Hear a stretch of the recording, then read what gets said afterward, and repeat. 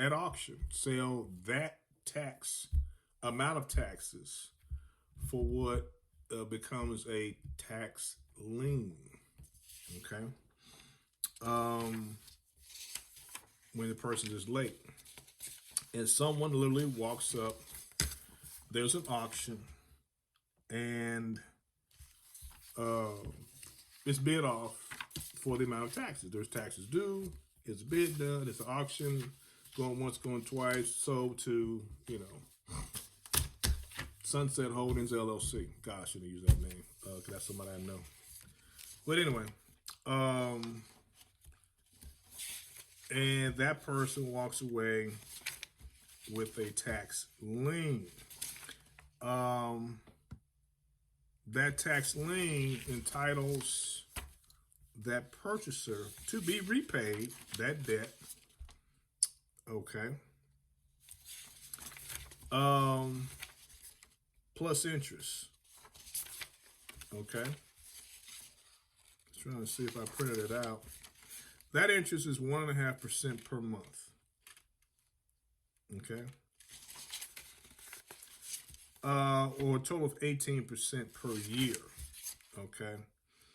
And just so you know how that actually works out is the tax sales are usually done around the end of July, between say 21st of July and the 31st of July. The tax sales go on in Hinds County, Mississippi, and they're struck off. Sold off. Going once, going twice. Sold to Johnson LLC. And every month 1.5% is tacked on. The person who eventually, let's say the homeowner, landowner, they get their stuff together, get their money, and say, "Look, I've come in to pay my taxes. I know I'm late. How much do I owe?" And that's very common. That's how it usually actually happens. I know I'm late. How much do I owe? And they say, "Well, there's these fees that are thrown on, and this is the person who bought your lien. So here's their phone number. You can contact them, okay?" And this how it very typically happens. And that person you come up, you've paid their, your Johnson Holdings LLC. You come up there, meet Mr. Smith. Hey, Mr. Smith, hey, yeah, that's me. Okay, yeah, all right. So let's get this straight. And you pay that person. Depending on how late you are. Within a certain time period, you simply go to the Chancery Clerk's office or the tax collector's office in your county, and you write out a check or bring cash, certified funds, money order, and you pay the tax collector or Chancery Clerk, tax assessor, depending on your county to county is different. All the fees and that interest, and then that money is sent over to, Johnson Holdings LLC. But if it's pretty late, then you'll actually have to call that person. They'll come up there and you pay them directly. You put money in that person's hand, and then they, literally, then the clerk handles the transaction, and then a release is done. REL is what you'll see when someone does a title search on your property. They'll see that it was sold for taxes. It did go to auction, but then you pay that person back, and then there's a release. REL is what it's going to say on the computer search engine screen, saying it was released, but you paid that person, gave them their 18% interest. Okay, and that 18% interest obviously is the reason why people do it. It's an 18% return on your money. And these investors, they go and they look for property that they find people who they pretty much kind of do a certain criteria. They know they're going to pay. They may be late, but they're going to pay. And they're going to get that 1.5% per month interest on their money. There are even instances, yes, where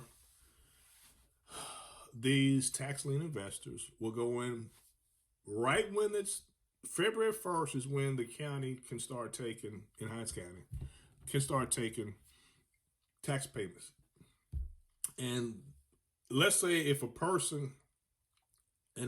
tax investor got you last year and you paid, guess what they're going to do February 1st this year? All right, I'm going to pay his taxes this year too.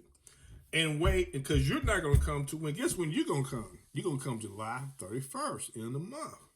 The last possible day, or maybe that's your payday, and you'll come in and want to pay your taxes. Well, guess what? February 1st, someone already paid them. So let's say that's March, April, May, June, July. It's 5 months. That's 1.5 times 5. 2. They just made 7.5% interest on their money between February 1st and July 31st when you walk in. You just tacked on 7.5% on their money. And they do this and they take their money because, let me explain something to you. The investors are people who I like to character so that the people I'm talking to in this video can get a good image of it. They're the people who did sit down with their financial advisor. They did have a good insurance agent, advisor, counselor, CPA, attorney who said, this is how you ought to do your money. You ought to put aside 10% of everything you earn into high growth mutual funds until you turn age 55, 10 years before retirement. And then age 55, we're going to put you into some munis and some money markets, some safe, steady, stable, some bond funds, some corporate bonds, some Class A corporate bond funds, and maybe a little bit of some blue chip stocks. And we're going to ride out that for the next 10 years. So it's 20 years in the high growth, 10 years in the mid growth to stable, actual liquid instruments, money markets. And then as you hit 60, then they hit 65 and they did accumulate, a retirement account of 1.5, $2.5 million. Okay. Um, and so now they've started pulling the money out, and it's more than enough for them to live on. And they said I could annuitize this money, and so they, like every good person like me, insurance agent would tell, we're not going to annuitize all this money. We're going to leave some actually liquid. We're going to put some in some other investments, which might be like something like a truly self-directed IRA, to allow you to do some other investing with. I mean, we can actually now create you an actual investment account that if you lost every dime of this money, invested in real estate, creating a real estate business, a real estate stream of income, you still make it. And then we'll annuitize 60% of the money. We'll take 60% of this 2.5 million and annuitize it, and the other 40% will split up. Maybe 20% of which you can set aside for investing in real estate, truly self-directed IRA. And these are things that a registered investment advisor does. That's what they can do, is create a portfolio for you. Okay. So there's 20% of the 2.5 million, $500,000. You got $500,000 is, you can spread that around real good doing these tax liens. When you think about people, taxes being $500, $600, $1,500, and you got $500,000, you can split that up. You take $100,000 and easily say, okay, I'm gonna put $100,000 out there on tax liens. I'm gonna get 1.5% every month. So you put $100,000, do the math. Get this thing called a calculator here. Beautiful thing. These smartphones have calculators on them. You gotta believe me. But you take $500,000 times 7.5. It's $37,500. Can y'all see it? It's backwards, I know. Okay, anyway. $37,500 you made in 5 months. $37,500 in not even 6 months. That is what people who are in the tax lien business are doing. That's their why. Yep. And how did they get that money? They got that money pretty safely and securely by walking in on February 1st in Hinds County, paying taxes on people's property who they learn your habits that from the previous year. And once they get enough people that they can spread that $500,000 out, that's what they're going to use it for. They're going to use they may start with $100,000, kind of fill out, and now they kind of, by having a marketing mindset, they now know, oh, who are other people like these people, and it would be the other people in the same neighborhood. Oh wow, that was so hard to do. They went down your street and pulled up address list and went down the whole entire street and got the names of people, find out demographically, which they can do on the internet now very well, around the same age, older people actually, who are stable, who are going to pay their property taxes, still working, but say like someone 55, still working, they're going to pay their property taxes, but they got a regular job, a 9 to 5, and so they're going to wait till the last minute, July 31st to pay. They're not going to pay in February 1st, they're going to pay in July. They're not going to take their income tax refund check and pay it. They're going to wait till July, Anyway, they didn't listen to a guy like me. Okay, because then if they would have had a plan. They would have had the emergency fund. They would have had the money put in to pay their property tax. It would have been there. Because understand this, the house is paid for. That's why they're older. That's why I got to be clear about this. At age 55, 30 years, the mortgage is finished, is paid for. Now they're just paying property taxes. Okay, all right. Because some people are like that. Well, but it's escrowed in their mortgage. No, these houses are paid for. There's no mortgage on there. They actually did a title search and found the mortgage is paid off. But they did a title search and let me throw this in here. You can do title search on property and find out. You'll see on there where there was a deed of trust put on the property. That's a mortgage. Okay, a mortgage deed, a deed of trust. There's a whole listing of deeds of trust. And you go down through the deeds of trust on a whole entire street in a nice neighborhood, and you find out, wow, this is where the deed of trust was released. And then you see a document in there in that title search that goes, oh, wow, the deed of trust, the mortgage on this house, it's been paid off. It's been released.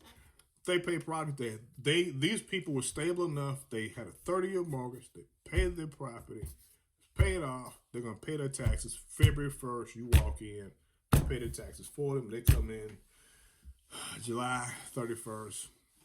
They pay their taxes. They owe you 1.5% per month, which I just told you is about 7.5, which that times $500,000, which these people have, that they spread out amongst those properties that they pay the taxes on, and they just made $37,500 in 5 months for it sitting in front of a iPad Pro like me.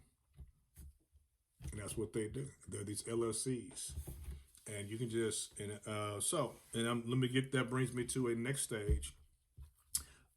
These people are who I want to work with as potential investors because they got money. And the easiest way to find them is you simply go into your county. There should be a website that allows you to do, property searches. Land roll query is what it is for Hinds County. Hinds County website. Go to Chancery Clerk and you go to land roll query and you simply there's a name, search by name, and you simply put in that the name contains LLC. That's part of the search, exact match, contains, starts with, ends with, or has this name in it, and you type in LLC. And you get this list of names of all the LLCs, and those predominantly, almost every last one of them is going to be investors. One of these type of people I just described, who they have money that they can invest, that they have an investment fund of their own that they can risk this way. Okay. All right. Now then, that is the, like I said, I wrote out recently a little very quickie teaser on tax lien investing. That was the first part, the little easy part. The difficult part people get into is like, that's, what if they don't pay? What if you find out the person deceased and you didn't know they're deceased because their estate wasn't probated? If their estate was probated, you could have done the title search and find out that, this person's deceased, and I see because there's a probate estate. It's going to say EST. It's going to have that person's name. Then you do your usual annual check of the properties, and you're going to see estate, EST. And that's where they passed away. That person who was coming in paying those property taxes regularly, they passed away. And now their estate was probated. They passed away. They're gone. Only when that estate is probated will you find out about it. You're not going to find out about it, because if they don't probate the estate, you're just going to have to really be like, okay, you're going to find out about it when you find out, well, they didn't pay it's when it's August 31st and not July 31st, and they didn't show up, and you go, hey, and you find out, and you go look and say, let me find out what happened, and you do your search and you find out, okay, this person who for the last 10 years I've been getting money regularly from, making 7.5% interest on back of my money, they're gone. They died. You check on them. You've been making money on them. You check. You find out they died. They passed away. And the children, there was no probate. The property was not turned over and probated and put in someone else's name like that. So the property actually went up, for auction. Of course, you showed up at the steps and because you wondering why they didn't. So July 31st rolls around, you're at the auction going, wait a minute, it's a good piece of property. So so you bid on it, you get it. And so now, you actually have another, tax. Now you have tax deed. You went from a tax lien to tax deed. When this tax lien matures after 2 years, it's sold off to you. Well, you buy it, and now you have a tax deed. Okay, now then, you now can move to the next phase, which is you say, well, I want to confirm title of this property in my name. Once you may want to get a little more background on it, because you're almost now like a banker. You may not be one of those type of investors who you were happy just getting your 1.5% per month. That's what did it for you. This whole Now I've got a title tax deed to the property, bought at auction, chancery, clerk sold it off. I got it, and you're like, yeah, I don't really, yeah, it's in my thing because now, I mean, what do I do with this paper? There are other investors who will buy the paper. You can quick sell it. That goes on. That's part of these programs you can spend money on. Which I encourage that you do. Other people have, complete programs. What I'm gonna be doing is I'm gonna be walking you through this process, helping you find these investors. They're there. It is a marketing part of it, the marketing part of the sales part. You gotta do some sales, okay? The part that people don't like, I gotta do sales. Um, you know, you can go out and find people who will buy that paper from you. They'll pay you for it and give you a premium for it, because that's the part of the investing that they do.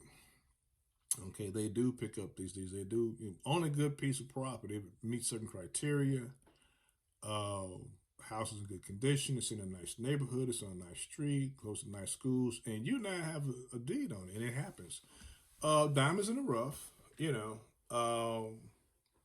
but they does happen because remember you've been tracking this property like this for 10 years, so that's how you came across it. This wasn't just a fluke. Um, Now then, the next phase, the next part of it is that's one phase is the just getting the monthly, percentage on it. All you want is your 1.5%. The second thing is you end up with it because the person, for whatever reason, just they walk away from it. They don't pay it, what have you. There can be issues. Let's say if there was a little mortgage on it, obviously what's going to happen is the mortgage company is going to step in. They're going to pay those delinquent taxes on it. Um, they're going to pay you. The mortgage company is going to pay you off if you had just a tax lien on it. They'll find that out. They're going to do a title search. They're going to pay somebody like me to do a good title search on it. The mortgage company is and say, okay, but in 2017 he paid the tax on it. Okay, let's pay him off. They're going to have me sign a quit claim deed, and that wipes out my claim to my tax lien. They're going to pay me off and have me sign a quit claim deed. And then the mortgage company forecloses on it. Okay, that's how they do. Okay. So you're going to get your money if there was a mortgage on it. But the person dies, the children don't want it. You pay the taxes on it February 1st. They die February 2nd. You're looking for your 7.5% interest. It doesn't come. So you go to the courthouse steps for that current year's taxes. You buy another.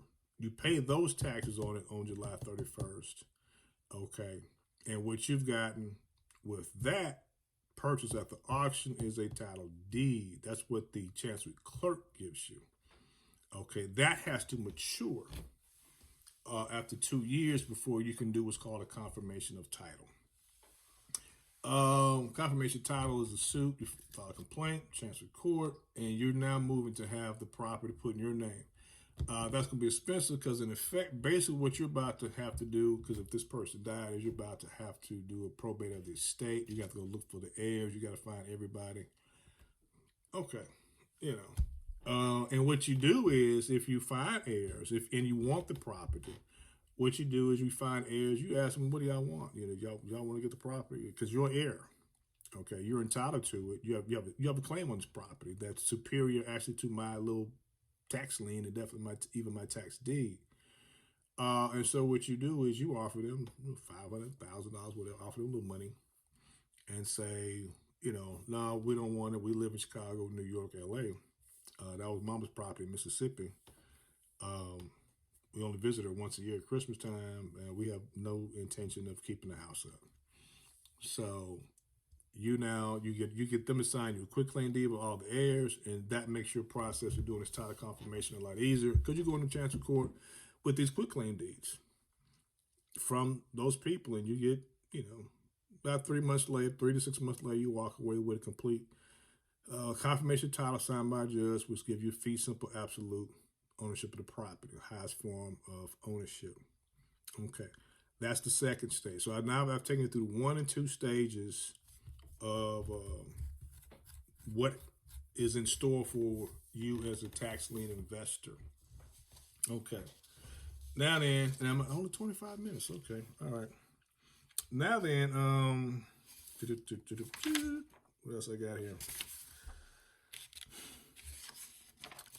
This is what I'm going to take you. I'm going to jump ahead a little bit, and I'm going to go to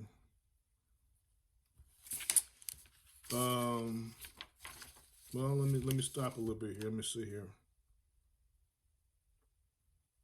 Oh yeah, let me read it. I was looking for this earlier, so let me read this to you now. All right, here we go. This is what I was looking for earlier, because I said I was going to take you through statutes.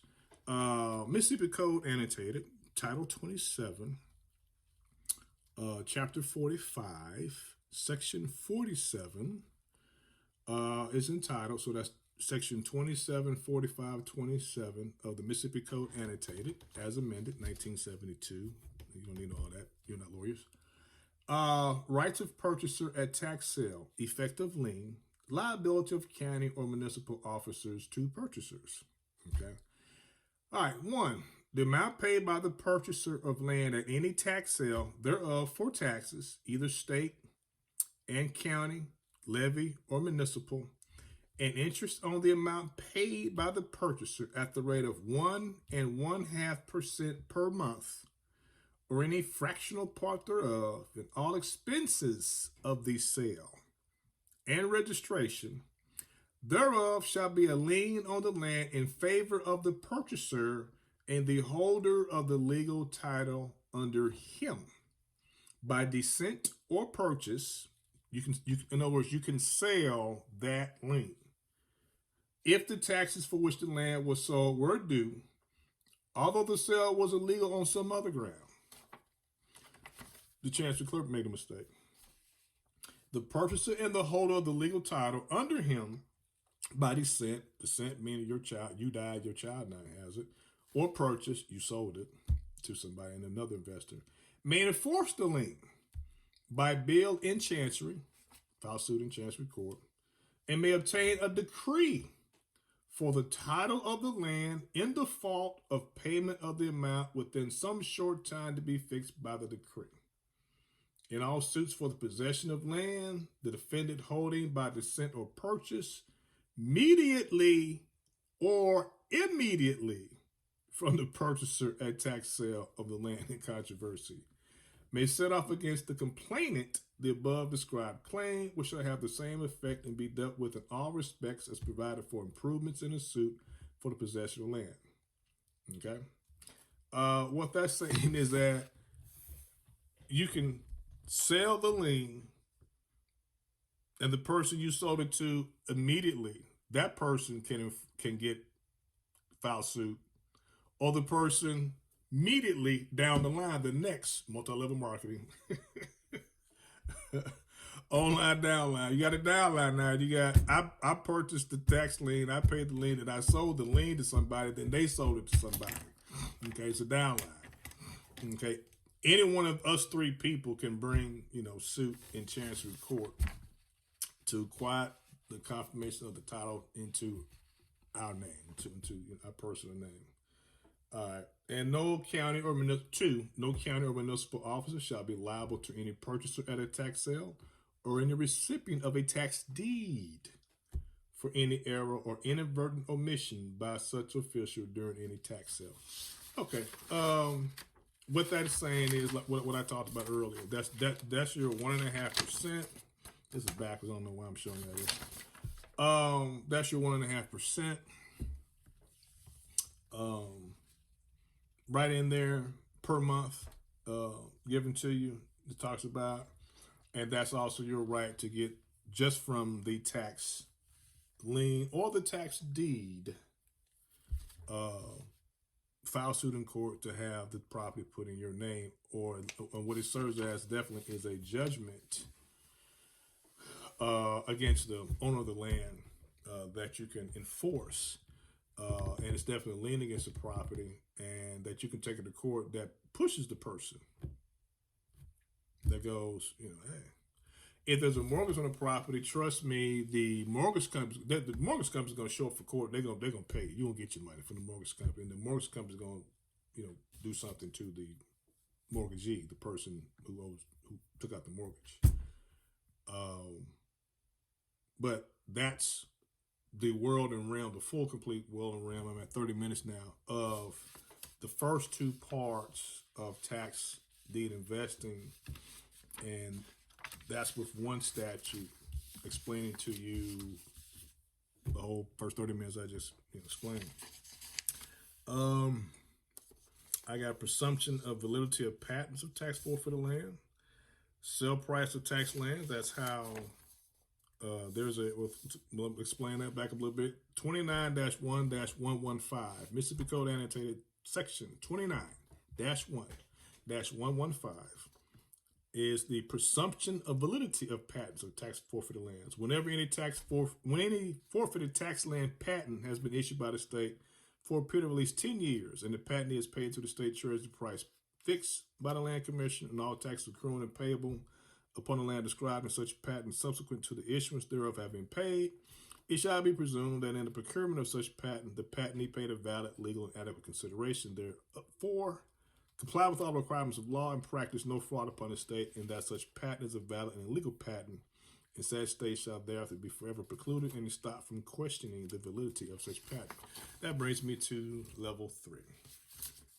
That statute just told you that the state, when you buy, we're going into section 3, which is the part that I also encourage people to get into, that you get a state tax patent when someone I just subscribed to you, they don't pay the taxes, and now it's been sold off to the state completely. They never came back, got the product, never paid the tax off on it. When you buy the complete total patent from the state, it is valid, and the state itself is stopped. Okay, is it where ESTOPPED, stopped from questioning the validity of such patent. So you don't have to worry about the state doing anything against you.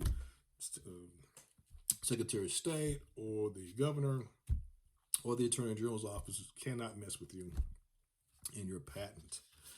Now then, what that is that what happens is sometimes people they never go. They pass away. The children never pay the property tax on it, and there's a 3-year period in which after 3 years, what happens is the property is struck off to ownership of the state of Mississippi in this case. All right. That's what there's an ultimate end of this whole tax lien thing. If no one comes in and pays a price, they don't want it. This is what you see when you go to major cities, urban areas, and you see all these huge amounts of properties that are, when you go to, they say Detroit, there's a lot of abandoned properties. What that is that no one really wants the property.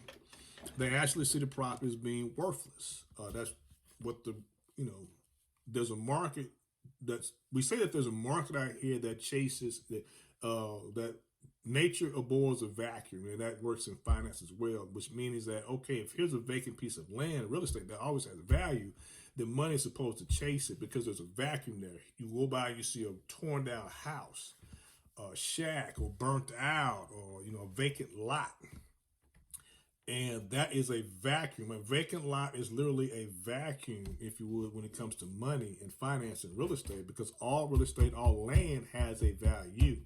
It's still sectioned off. It still has an address. It still is a part of, the division of property within a county, within a state. And so it has a parcel number that it's registered under with the state. And so it's a piece of land that can be purchased. And so it's supposed to have a value, okay? But nobody wants it. And so the most basic thing that we all know is that something's only worth what somebody's willing to pay for it. So it's worthless, right? Okay, well, that's why we're here. That's why you're listening to this video. It's because the answer is the government steps in and says, okay, we realize that that's what happens in markets. That this land, real property, you know, is our way of collecting taxes.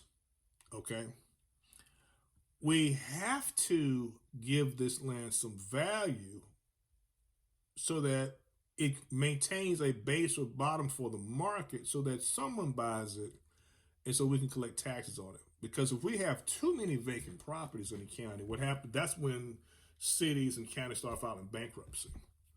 Okay, uh, it's because you have too much vacant land because you can't collect taxes, and that's how your government is run. It's off of property taxes, off the real estate that can't go anywhere. You can't pick up land and move it.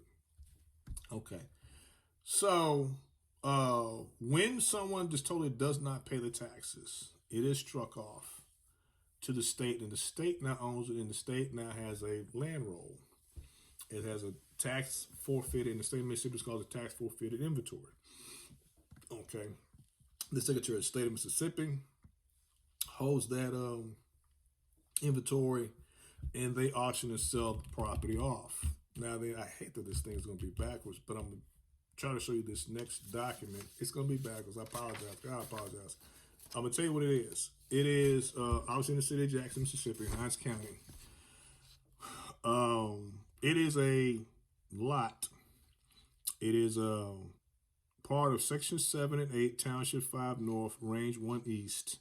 Obviously, my background as an attorney, doing title searches. I know that basically what they do is, in a county, they lay a square grid, like a cookie cutter that just has one of those, like a grill that just has squares in it. They lay it over top all the land in your county. And each one of those blocks, those squares, if you will, the rectangles, okay, it's part of each one of it is given a name designated as a particular range, a township, okay?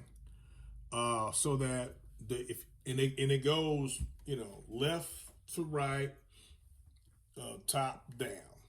And so range of 1, 2, 3, 4, 5, 6, 7, 8, 9, and each one comes down, and this square is just a complete. Just take a straight square grill with just squares all the way in it, lay it over all the land in the county, and bam, you come up with these ranges and townships and parks, and each square just gets smaller and smaller inside of a square. Okay, so what this description does is it gives me an understanding of where to start finding this in terms of a title search, where I can find it legally by legal description. Okay, this tells me also that it's part of a college subdivision, which lets me know that's by what's called Jackson State University. Historically a black area in the city of Jackson, which there were two. One was over by in the Ferry Street district, was historically black. Another one was in Georgetown, another historically black district, and of course the college subdivision over by Jackson State College, historically black township, or range rather, in the city of Jackson, Mississippi. That tells me where it is, but also it tells me where it is because it says between lots 1 and 2, Harvey Place. Less, there was a section saved. Obviously, some part of it was what one time sold. One section was, but it also says here it starts beginning intersection north Highway 80 East Ellis Avenue. Okay, all right. Highway 80 is a main commercial hub in the city of Jackson. It's Highway 80. There are two highways that run through Jackson that go all the way from California to the East Coast. That's obviously I-20, and the other one is Highway 80. Ellis Avenue is a main street. I forget who it was named after. But Ellis Avenue is another 5-lane, 4 lanes with a center lane, center turning lane, former commercial district that now is, Jackson's, white flag, urban flag happening in Jackson. So it's where you see all the old, abandoned, what used to be stores, major car dealerships on Highway 80. Anyway, I've talked in other videos about how much left the city of Jackson. But, so here's this parcel, parcel number 222-2-1. It has a market value as set by the state, which Mississippi Code annotated section 29-1-33 has a sell price of tax lands, and it has how they set the minimum price, that the minimum price for such forfeited tax land shall be $2 per acre. Okay, so the state has a minimum that they have to set land at, the minimum price but it can't be less than $2 an acre. And what the state set the market value of this land at is $1,461,000